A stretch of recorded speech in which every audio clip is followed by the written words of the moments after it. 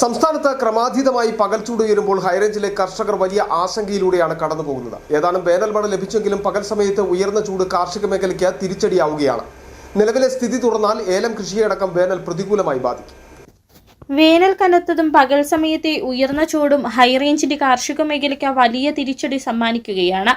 വേനൽ കനക്കുന്നത് വളരെ ആശങ്കയോടെയാണ് കർഷകർ നോക്കിക്കാണുന്നത്.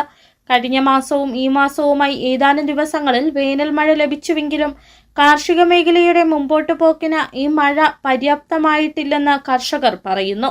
പകൽ സമയത്തെ ഉയർന്ന അന്തരീക്ഷ താപനിലയാണ് കർഷകരെ വലയ്ക്കുന്നത്. മഴ പെയ്താലും മറ്റു മാർഗങ്ങളിലൂടെ കൃഷിക്ക് നന നൽകിയാലും മണ്ണ് വളരെ പെട്ടെന്ന് വരണ്ടുണങ്ങുന്നത് കാർഷിക മേഖലയ്ക്ക് വെല്ലുവിളിയാകുന്നു. കൃഷിയിടങ്ങളിൽ നിന്ന് ജലാംശവും ഈർപ്പവും വളരെ പെട്ടെന്ന് നഷ്ടമാകുന്ന സ്ഥിതിയുണ്ട്. കൃത്യമായി ജലലഭ്യത വേണ്ടുന്ന ഏലമടക്കമുള്ള കൃഷികളെയാണ് കടുത്ത വേനൽ പ്രതിസന്ധിയിലാക്കിയിട്ടുള്ളത്. വെള്ളത്തിന്റെ ലഭ്യത തീരെയില്ലാത്ത ഇടങ്ങളിൽ കർഷകരുടെ ഏലം കൃഷി കരിഞ്ഞു തുടങ്ങിയിട്ടുണ്ട്. 2024 വരൾച്ചയ്ക്ക് സമാന സാഹചര്യത്തിലേക്ക് വേനൽ നീങ്ങുമോ എന്ന ആശങ്കയും കർഷകർ പങ്കുവെക്കുന്നു.